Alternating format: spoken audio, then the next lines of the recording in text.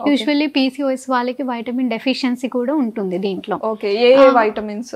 Exactly vitamin D ఉండొచ్చు, B12 ఉండొచ్చు, okay. B6 కూడా ఉండొచ్చు. ప్రజలలో వైటమిన్ డి కామన్ గా ఉంటుంది ఇండియన్స్ లో అయితే. ఇండియాలో అసలు సన్ రేస్ కి కొదవే లేదు, కానీ ఎవరు యూజ్ చేసుకోవట్లేదు. అవును. ఓకే. వేరే వైటమిన్ ఇంటేక్ కూడా పెద్దగా అవ్వదు, డెఫిషియన్సీ డి ఉంటే డి అని ఉంటే అంటారు. కరెక్టేనా ఇప్పుడు అది? ఇది సెట్ చేసుకుంటే మనము పీసీఓఎస్ కూడా ఈజీగా క్యూరబుల్ గా చేసుకోవచ్చు. జనరలీ డైట్ తో అవుతుందా అంటే పీసీఓఎస్ ప్రాబ్లమ్ కి మీరు కొంత సప్లిమెంట్స్ కూడా యాడ్ చేస్తున్నారు కదా, అవన్నీ ప్లాంట్ ఎక్స్ట్రాక్ట్సా లేకపోతే న్యాచురల్ ఇంగ్రీడియంట్సా? అవునండి, ఇది ప్లాంట్ ఎక్స్ట్రాక్ట్స్. ఓకే.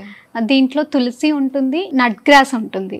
సో నట్ గ్రాస్ వచ్చేసి మనకి ఫర్టిలిటీ ఇష్యూస్ ఏదైనా ఉంటే దానికి క్యూర్ చేయడానికి హెల్ప్ చేస్తుంది. తులసి కూడా ఇన్సులిన్ రెసిస్టెన్స్ కోసం హెల్ప్ చేస్తుంది మనకి. ఓకే. డైట్ తో మనం కంప్లీట్ చేసుకోవచ్చు, ఐ మీన్ కంప్లీట్ గా క్యూర్ చేయొచ్చు. కానీ సప్లిమెంట్స్ ఎందుకు అంటే ఇప్పుడు ఎగ్జాంపుల్ మనం సన్ బాత్ కానీ ఇవన్నీ ఎందుకు చేస్తున్నాం, దానివల్ల బెనిఫిట్ ఉంటుంది, కానీ వైటమిన్ డి సప్లిమెంట్ కూడా తీసుకుంటాం అక్కడ. యా, అది సరిపోదు సరిపోదు కాబట్టి తొందరగా అబ్జార్ప్షన్ కోసం ఈ సప్లిమెంట్స్ మేము Okay. ఈజీ క్యూర్ గా అంటే తొందరగా క్యూర్ అయ్యి తొందరగా రీచ్ అయ్యి ఓకే.